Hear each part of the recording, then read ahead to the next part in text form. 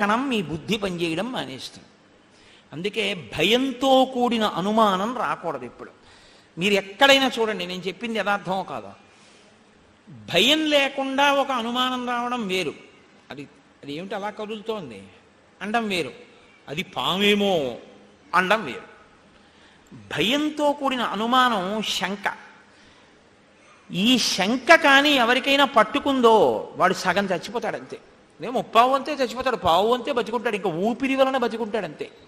కాబట్టి ఇప్పుడు సుగ్రీవుడికి శంక కలిగింది. శంక అంటే ఏమిటి? అనుమానం.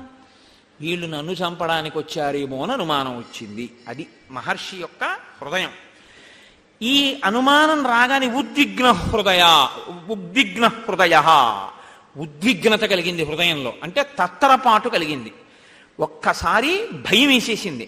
ఇప్పుడు వాళ్ళు చంపేస్తారు కాబట్టి వాళ్ళు తననే వెతుకుతున్నారు. కాబట్టి తను వెంటనే ఏం చేయాలంటే ఇక వాళ్ళ కంట పడకూడదు, పారిపోవాలి. కాబట్టి ఏం చేశారంటే అక్కడ కూర్చోకుండా వెంటనే లేచి ఒక్క గంతు గెంతి ఇంకో శిఖరం మీదకి ఎగిరిపోయాడు. ఎప్పుడైతే ఈయన ఎగిరిపోయాడో రాజుగారే ఎగిరిపోయాడంటే ఏదో ప్రమాదం వచ్చేసిందని మిగిలిన వానరులు నలుగురు ఎగిరిపోయారు. అందరూ తలకో దిక్కు ఎగిరిపోయారు. ఎగిరిపోయి వీళ్ళు ఎగిరిపోయిన వాడు ఇక్కడి నుంచి ఎగిరిపోయి అక్కడ కూర్చుంటాడేంటే, అమ్మో వాళ్ళ నలుగురు దూరంగా కూడా వెళ్ళిపోయారా, ఈ బాబోయ్ వీళ్ళు కానీ ఇటు వచ్చేస్తారేమో అని మళ్ళీ ఇటు నుంచి ఇంకో చోటుకు దూకేశాడు. వీళ్ళే సామాన్యమైన బలం ఉన్న వాళ్ళు కారు సుగ్రీవాదులు.